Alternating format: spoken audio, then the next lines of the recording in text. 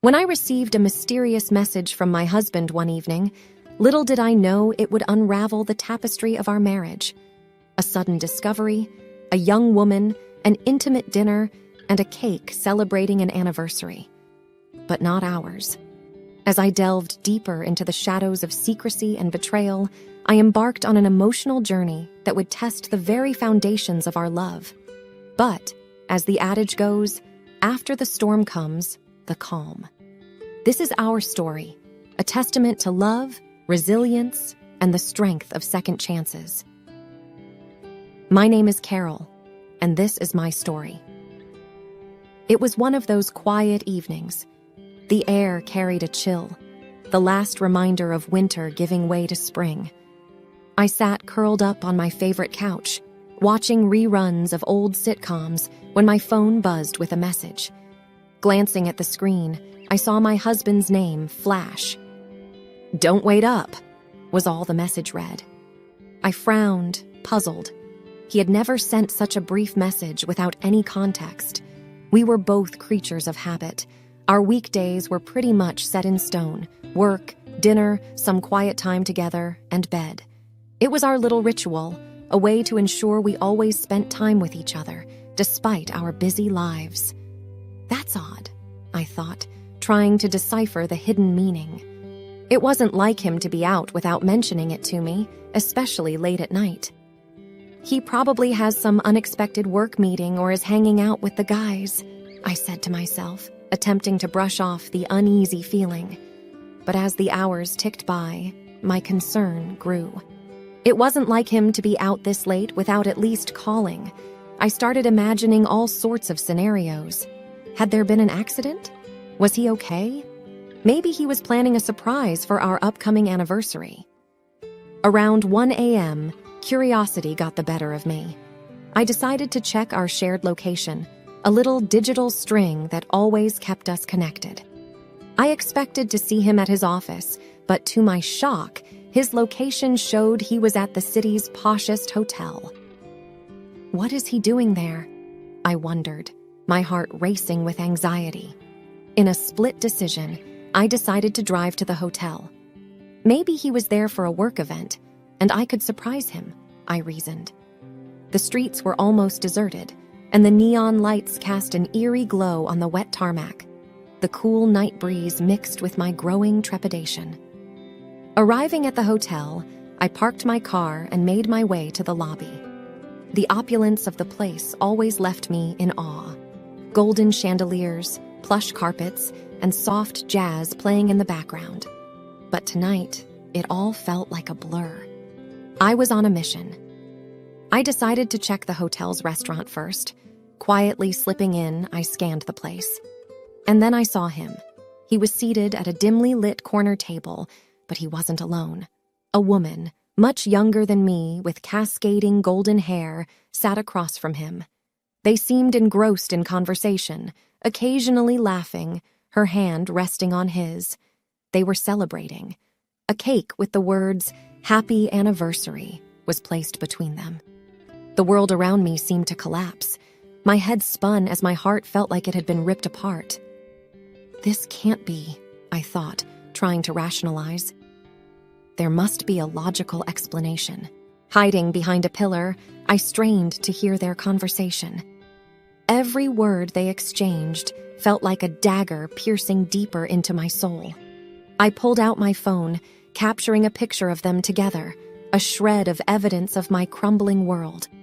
With the evidence saved on my phone, I slipped out of the restaurant, my footsteps heavy with the weight of betrayal. The cool air outside did nothing to soothe the burning rage and confusion coursing through me. Why? How? When? These questions played on repeat in my mind. As I got into my car, the rational part of my brain tried to take over. I needed answers. Direct confrontation seemed like the best approach, but not tonight, not when emotions were so raw. Sleep was elusive that night. My mind replayed the scene at the restaurant over and over. The way he laughed, the intimacy, the cake. The word anniversary gnawed at me. Our anniversary was still a week away. Could it be a work anniversary? Or something else entirely? I questioned, trying to find any sliver of hope. The next morning, a plan began to form. I needed to know who this woman was. All I had was her face from the photos. With my husband gone to work, I opened his home office, searching for any clue. It felt wrong, violating his privacy like this, but betrayal had blurred those lines. Hours of sifting through his papers and computer files yielded no answers. Until, buried deep within his emails, I found a string of correspondence with a certain Elena. The emails started innocently enough, discussing work projects, but slowly took on a more personal tone. The most recent one was an invitation to celebrate their special day. Elena's email signature gave away her workplace. She was a senior designer at a renowned architectural firm in the city. I decided to pay her a visit. The firm was housed in a sleek glass building downtown. Gathering my courage, I walked up to the reception. "I'm here to see Elena," I said, trying to sound as casual as possible. The receptionist eyed me suspiciously, but after checking her schedule, she said, "She's free right now. 12th floor, 4th door to your right." My heart raced as I took the elevator up. Outside her office door, I hesitated. The plaque read, "Elena Martinez, Senior Designer." Taking a deep breath, I knocked. She looked up as I entered, her face a picture of surprise. "Can I help you?" she asked. "I think you already have," I replied icily, showing her the picture from the restaurant.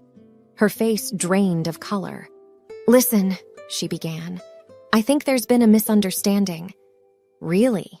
Explain," I retorted, my voice dripping with sarcasm. Elena sighed. "That anniversary we were celebrating? It's the anniversary of our first project together. We've been partners on multiple architectural projects over the years.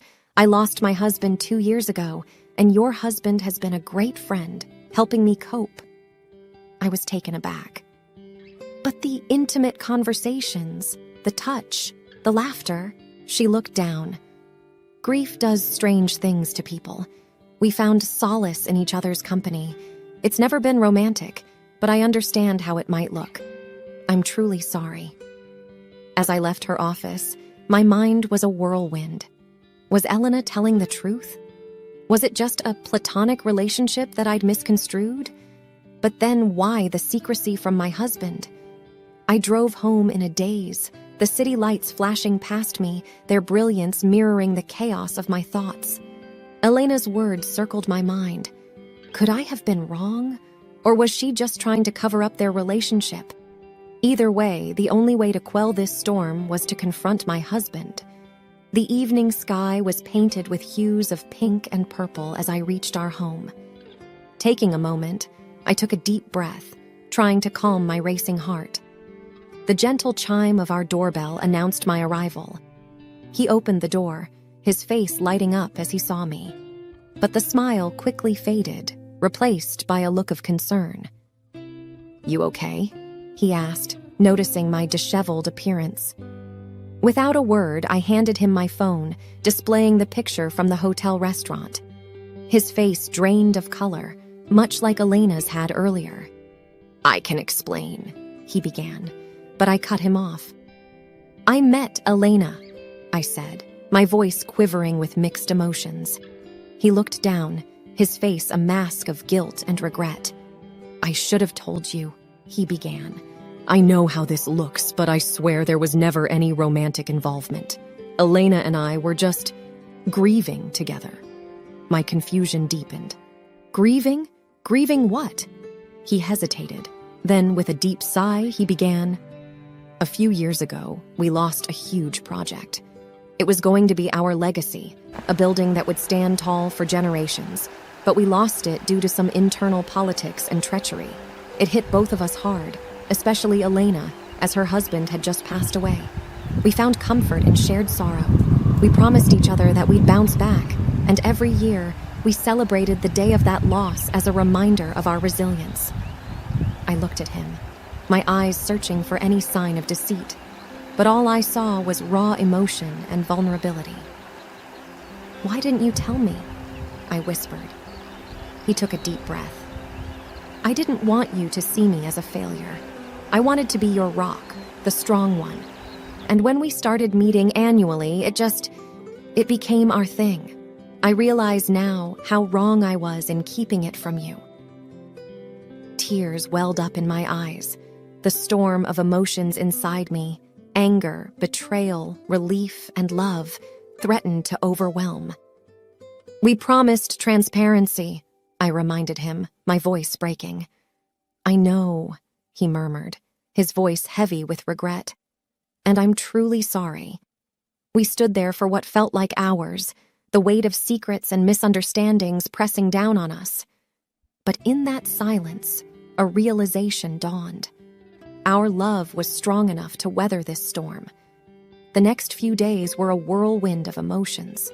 We both took time off work, realizing that our relationship needed urgent mending. The walls of our house echoed with conversations, some heated, some tearful, but all essential. One evening, while sitting on our porch, watching the sunset, he said, "You know, in architecture, when a structure is weak, it's not always about tearing it down. Sometimes it's about reinforcing it, making it stronger." I looked at him, sensing the depth of his analogy. "Are we the structure in this scenario?" I asked with a half smile. He nodded. "Yes, and I believe we can reinforce our relationship, make it even stronger." There were counseling sessions, some jointly and some individually. We peeled back the layers of our relationship, understanding the cracks and figuring out how to fill them. The counselor emphasized communication and trust, two elements that had been eroding in our bond. During one session, our therapist handed us a pot with a tiny plant. "This is a symbol of your relationship. Nurture it, water it, give it sunlight, and watch it grow. But remember, it needs constant care."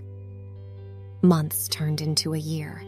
The pain of betrayal, though never forgotten, started fading, replaced by a renewed bond. We spent more time together, embarked on trips, and rediscovered each other. One day, I came home to find a small gathering of our closest friends and family in our backyard.